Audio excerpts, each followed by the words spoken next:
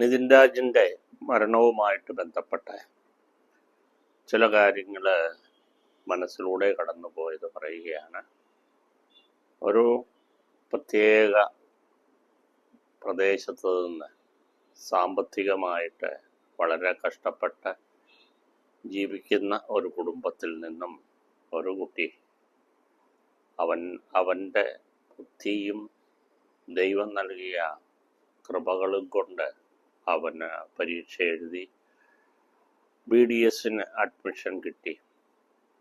അത് മെറിറ്റിലൂടെയാണ് അവൻ നേടിയെടുത്ത, സംശയമൊന്നുമില്ല.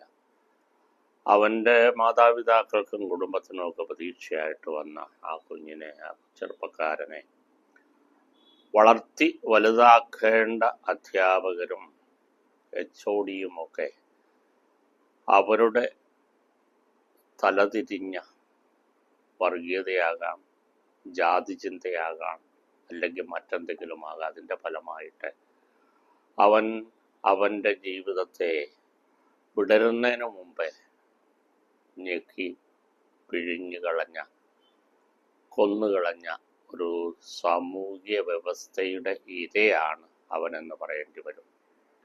ഒരു 10-50 കൊല്ലം മുമ്പൊക്കെ സ്കൂളുകളിലോ കോളേജുകളിലോ ഒക്കെ ഇങ്ങനെയുള്ള വർഗീയതയും ജാതി തിരിവും അതുപോലെ താഴേക്കിട എന്ന് കരുതി അവരെയൊക്കെ സൈഡ് ലൈൻ ചെയ്യുന്ന പ്രതിഭാസങ്ങളുണ്ടൊക്കെ. ഞാനൊക്കെ സ്കൂളിലൊക്കെ പഠിക്കുന്ന കാലത്ത് അങ്ങനെയുള്ള ഒത്തിരി അനുഭവങ്ങൾ കണ്ടിട്ടുണ്ട്. കാരണം മറ്റുള്ളവരെ സാറുമാരോ പഠിപ്പിക്കുന്നവരോ സ്കൂളിൻ്റെയോ കോളേജിൻ്റെയോ അധികാരികളോ ഒക്കെ ഒത്തിരി ധാർഷ്ട്യമായിട്ട് അഹങ്കാരത്തോടും ഗർവോടും കൂടി ഇടപെടുന്നതും അവരുടെ വളർച്ചയെ തടസ്സപ്പെടുത്തുന്നതുമൊക്കെ കാണാൻ നമുക്ക് സാധിക്കുമായിരുന്നു.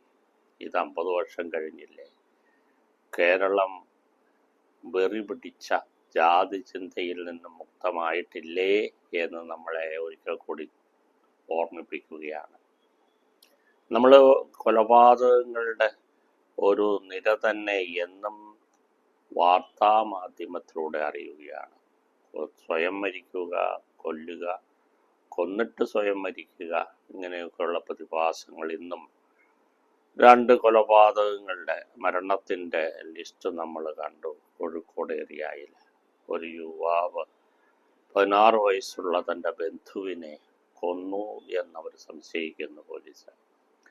അപ്പം ഇങ്ങനെയൊക്കെ കാണുന്നത് നമ്മൾ പണ്ടൊക്കെ ഇതൊന്നും നമ്മുടെ നാട്ടിലേ ഇല്ല. വല്ല കാലത്തും ഒരു ആത്മഹത്യ, വല്ല കാലത്തും ഒരു കൊലപാതകം എന്നുള്ളത് മാറി ഇതിപ്പോൾ ഒരു അനുദിനമുള്ള ഒരു അനിഷ്ട സംഭവമെന്ന് പോലും പറയാൻ വയ്യാത്ത വിധത്തിൽ അനുദിനമുള്ള ഒരു പരിപാടി പോലെ മുമ്പോട്ട് പോകുന്നു. കേരളത്തിന് എന്ത് സംഭവിച്ചു എന്ന് നമ്മൾ ചിന്തിക്കേണ്ടതുണ്ട്.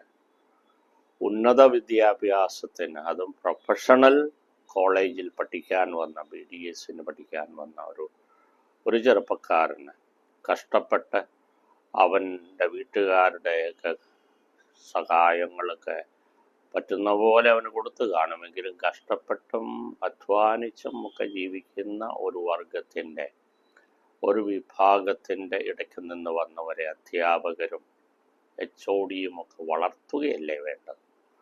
അതിന് പകരം മൃഗീയമായിട്ട് ഇടപെടുന്നു, അവനെ ഇല്ലാതാക്കുന്നു.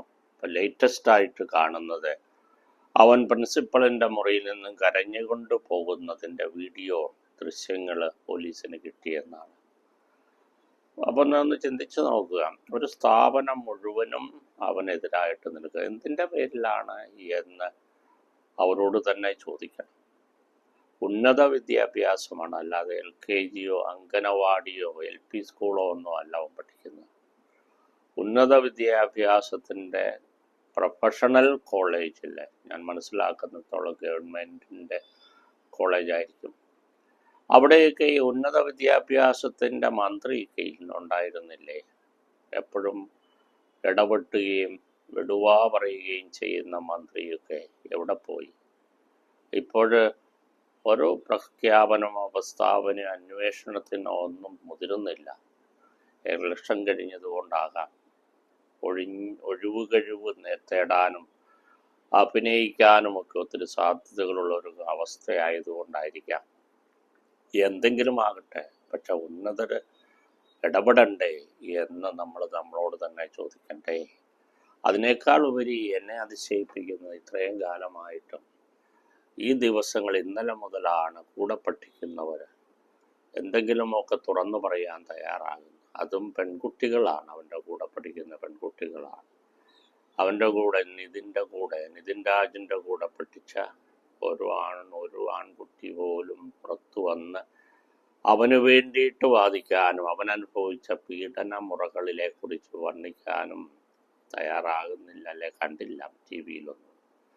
എന്താണെങ്കിലും ഇവരൊന്നും കൊച്ചുകുട്ടികളല്ലല്ലോ.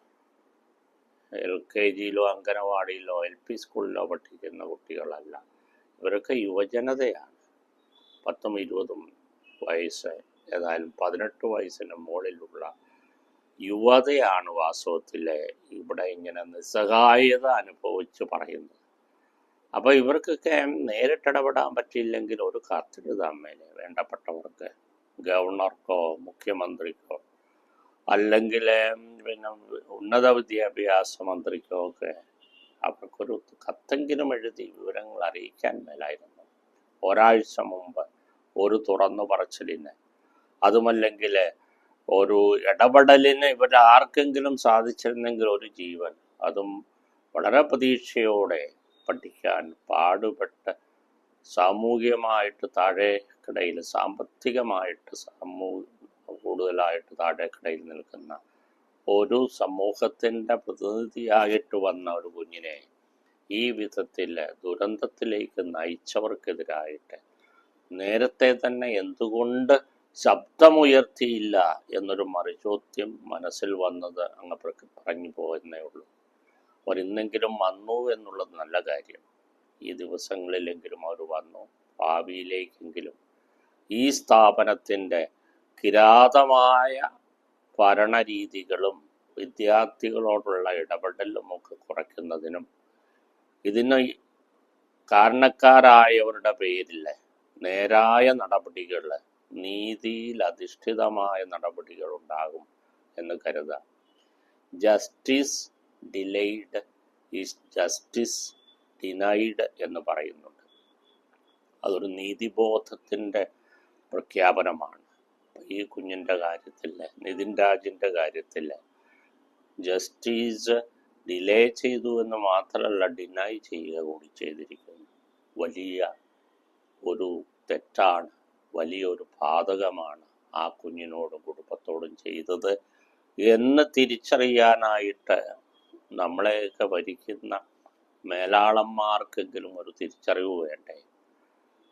ലക്ഷക്കണക്കിനും കോടിക്കണക്കിനും പണം ഒരു ഇലക്ഷൻ്റെ നേട്ടത്തിന് വേണ്ടിയിട്ട് ഫ്ലക്സായിട്ടും മറ്റു വിധത്തിലുമെല്ലാം പരസ്യമായിട്ടും ഒക്കെ ചെലവഴിക്കുന്നവർ ഇങ്ങനെയുള്ള കുട്ടികളെ പഠിപ്പിക്കാനും അവർക്ക് വേണ്ടിയിട്ട് വാദിക്കാനും അവരുടെ പക്ഷം ചേർന്ന് നിൽക്കാനും ഒക്കെ തയ്യാറാകണ്ടേ?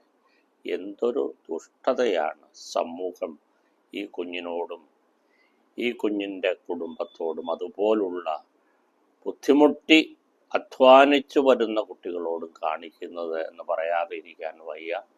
നീതിയുടെ നിഷേധമാണ്. ജസ്റ്റിസ് ഡിനൈ ചെയ്തു, ഡിലേ ചെയ്തുകൊണ്ട് ഡിനൈ ചെയ്തു. അത് വലിയൊരു പാതകമാണ് എന്നുള്ള തിരിച്ചറിവ് ആർക്കെങ്കിലും ഉണ്ടായാൽ ഇനിയും ഇത് ആവർത്തിക്കില്ല. ഒരു ജീവൻ തല്ലിക്കെടുത്തി, ഇനിയും ജീവിതങ്ങൾ തല്ലിക്കെടുത്താതെ വളർത്തിയില്ലെങ്കിലും വളരാനെങ്കിലും അനുവദിക്കണം എന്ന് എൻ്റെ മനസ്സ് ഇത് കേൾക്കുന്ന നിങ്ങളോട് പറയുകയാണ്.